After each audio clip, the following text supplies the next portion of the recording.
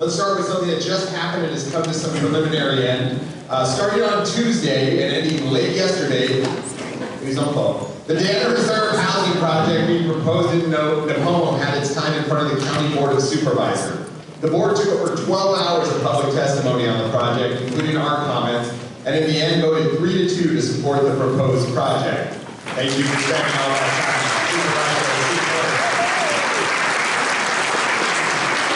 While the SLO chamber does not take a position on specific projects, there were several key policies that this project proposed that we thought were innovative and beneficial example for our region.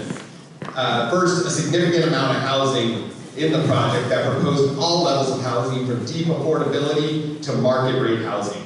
The chamber identifies a policy priority in our Love of Place Pillars section of our economic vision that we strongly advocate for the creation of more housing of all kinds, prioritizing a diverse mix of size, price, and type of home.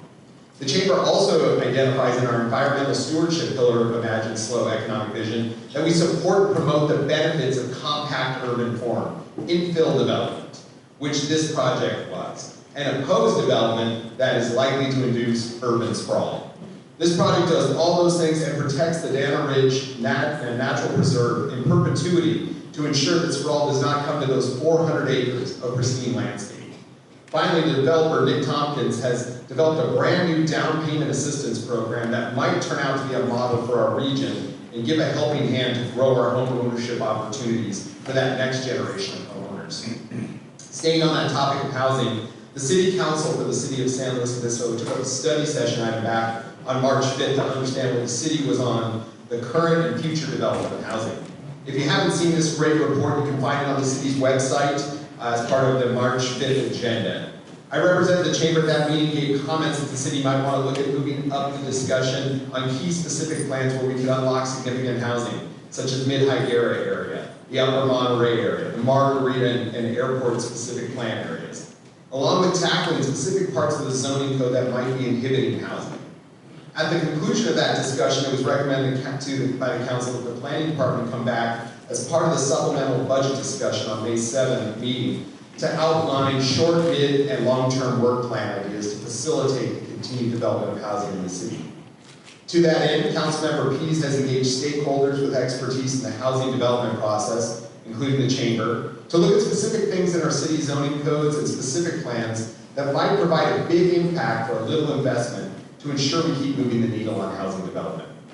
So those with interest or thoughts on housing production, you might want to join us or send in your comments for the May 7th City Council meeting on the supplemental budget item. Obviously, this is also the supplemental budget discussion where they'll be sharing the status of the budget as we near the end of the first year of a 2-year budget process. Spoiler alert, we are likely still in a good fiscal position. There won't have to be any major actions for the city to move right into the next fiscal year come July.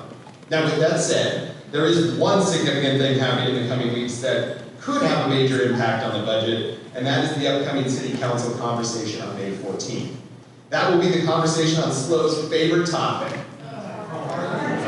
Exactly. I love it. So, back at the end of last year, the council made some adjustments, like making the first hour free in all parking structures and making parking in the structures free on Sundays. I can say from the feedback we received in our visitor center and from members, those changes were well received. But back at that hearing last year, a parking study was initiated, and that report is coming back, and we'll be bringing forward recommendations. Our Chamber Economic Development Committee had a conversation with the city and their contractor who was developing the report. The committee came up with recommendations, and those recommendations were brought to our board. The Chamber is communicating with the city on those recommendations, and those recommendations focus on keeping the first hour free parking in the structures, that the city extend the time limit parking on the street from 2 to 3 hours, that the city take a hard look at how strict we've been in handling enforcement, because the chamber believes tickets should be the last action available, and that we utilize warnings and instruction, and only revert to ticketing to stop those trying to abuse the system. And finally, that we work on the parking experience from a technology and communication perspective. We think that if we can continue making the experience better, we will mitigate the parking issue to a level of insignificance. If you have thoughts to share, then you can reach out to us, or there will be a final community input session on May 2nd on Zoom from 5 to 6:30 p.m. and you can find information on the city's parking services website.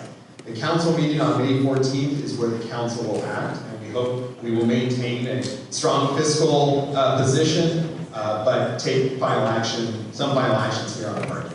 While there's so many issues we continue to advocate on at the city, county, state, and federal levels, we thought these 3 items you'd want to know as you go about your work in the community. So thank you for all the work you do to support that.